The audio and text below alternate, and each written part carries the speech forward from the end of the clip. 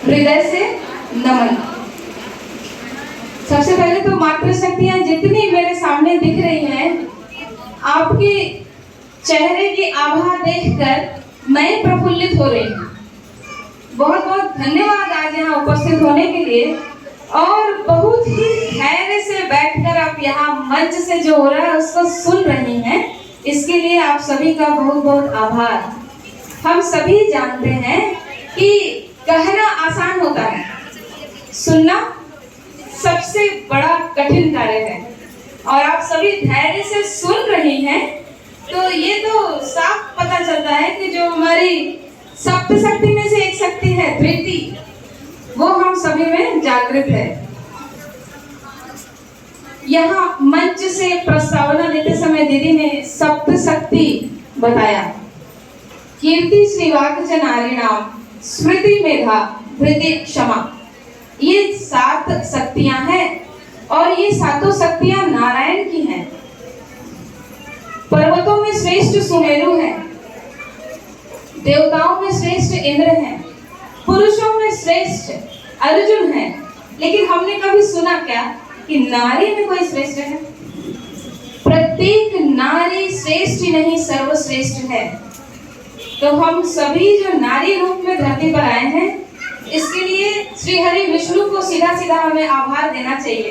देना चाहिए कि नहीं देना चाहिए?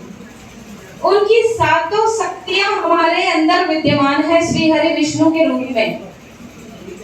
तो श्रीमद् भगवत गीता के 10वें अध्याय के 34वें श्लोक में उन्होंने अर्जुन से कहा, उसकी अंतिम पंक्ति में कहा, कीर्ति श्रीवाक च नारीणाम, स्मृति मेधा, धृति क्षमा, ये 7 शक्तियां मेरी है अर्जुन, और मैं इन 7 शक्तियों के रूप में प्रत्येक स्त्री में विद्यमान हूँ।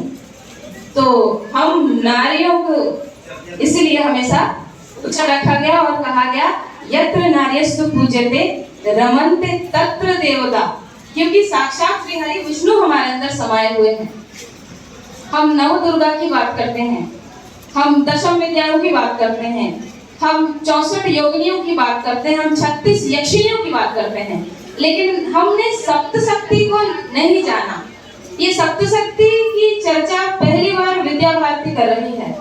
विद्या भारती अखिल भारतीय शिक्षा संस्थान, जिसके हम अभिन्न अंग हैं, क्योंकि हम इसकी अभिभाविकाएं हैं। तो आप सभी को हृदय से मेरा धन्यवाद कि आपने ये निर्णय लिया कि मेरे पुत्र पुत्री कहाँ पढ़े, तो विद्या भारती के विद्यालय में पढ़े। ये जीवन का सबसे बड़ा जो है ना वो निर्णय होता है। मैं भी विद्या भारती की पूर्व छात्रा हूँ, और मेरी संतान भी विद्या भारती विद्यालय से पढ़ रही है, क्योंकि मुझे पता है कि विद्या भारती विद्यालय के क्या गुण हैं, और यहाँ से यदि मेरे संतान पढ़ेंगे तो भारतीय सभ्यता संस्कृति उसके अंदर होगी। यदि संस्कार हुआ तो मेरा संतान क्या होगा? वो मेरे निकट होगा। अभी दीदी से हमने सुना, ये इस बाढ़ की बहुत ही बड़ी नेत्र विशेषज्ञ हैं, इन्होंने बताया कि मोबाइल कैसे हम लोगों को दूर कर रहा है। और आज भी जब हम यहाँ आए हैं तो हम सुन तो रहे हैं ध्यान से, पर कहीं ना कहीं फोटो लेने में, वीडियो लेने में व्यस्त हैं। तो सप्त शक्ति जो शक्तियां हमारे अंदर विद्यमान है, उसको जागृत करने का ये बहुत बड़ा मंच है। सप्त शक्ति संगम का मंच बहुत बड़ा मंच है। आज जो वातावरण यहाँ निर्मित हुआ है, इससे पहले मेरी सप्त शक्तियां जागृत हो जाए, स्व का भाव, स्व से आज मैं प्रारंभ करूं, और इन सप्त शक्तियों से मेरे सम्मुख, मेरे सामने जो नारी आए, जो बहन आए, जो माता आए, उसकी सप्त शक्तियां स्वतः जागृत हो जाए।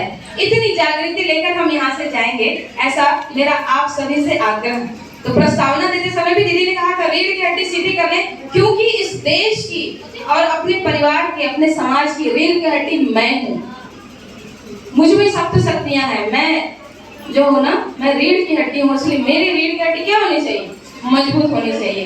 तो जो बातें दीदी ने बताई पर्यावरण को लेकर, कुटुंब प्रबोधन को लेकर, हम उसका ध्यान रखेंगे, और जब हम उसका ध्यान रखेंगे तो हमारी संतान यशस्वी होगी, हमारी संतान दीर्घायु होगी, क्योंकि श्री हरि विष्णु का साक्षात आशीर्वाद हमें प्राप्त होगा और हमारे संतानों को प्राप्त होगा। ये सप्तशक्ति संगम इसलिए